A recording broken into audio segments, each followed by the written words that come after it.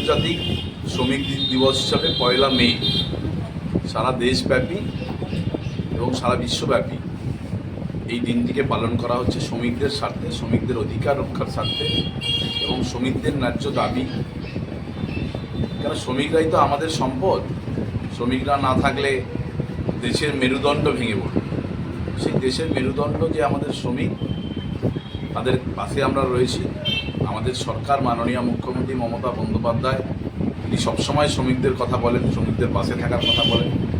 বিভিন্ন রকমভাবে রাজ্য সরকার শ্রমিকদের জন্য বিভিন্ন উন্নয়নমূলক প্রকল্প করেছেন এবং আগামী দিনেও যাতে শ্রমিক সংগঠনকে আরও মজবুত করা যায়, শ্রমিকরা যাতে তাদের নিজেদের দাবি দাবা, নিজেদের স্বার্থ রক্ষা করতে যা যা করণীয় সেগুলো করতে আমরা যাতে তাদের পাশে থাকি, সেই বার্তাই আজকের এই পবিত্র দিনে, খুশির দিনে আমাদের শ্রমিক দিবসে আমরা সেই বার্তাই দিলাম।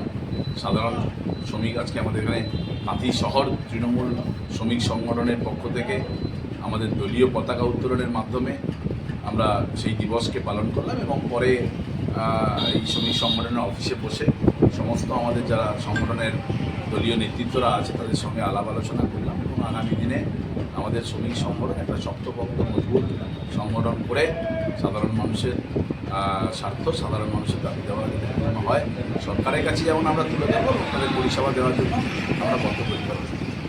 কেন্দ্র সরকার বারবার শ্রমিকদের বঞ্চনা করছে বলে অভিযোগ করছেন। কেন্দ্র সরকার আজকে নরেন্দ্র মোদীর নেতৃত্বাধীন সরকার যারা শ্রমিকের কথা বলেছিল, শ্রমিকের স্বার্থের কথা বলেছিল, শ্রমিকদের শ্রমের কথা বলেছিল, কিন্তু তারা আজকে দেখা গেল 10 বছর পেরিয়ে যাওয়ার পরে এই সরকার শ্রমিক বিরোধী সরকার, কৃষক বিরোধী সরকার, এরা শ্রমিকের কোনো স্বার্থ তারা চরিতার্থ করতে পারেনি। উল্টে আজকে বিভিন্ন জায়গায় শ্রমিক ছাঁটাই হয়েছে, বিভিন্ন জায়গায় কলকারখানা বন্ধ করেছে, কোনো নতুন করে কোনো শ্রমিকদের জন্য স্বার্থে কোনো নতুন করে শিল্প আনতে পারেনি ভারতবর্ষে, নতুন করে কোনো কর্মসংস্থান তৈরি করতে পারেনি।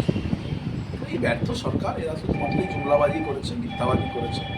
তাই কেন্দ্র সরকারের বিরুদ্ধে আমাদের লড়াই, আমাদের সংগ্রাম চলবে।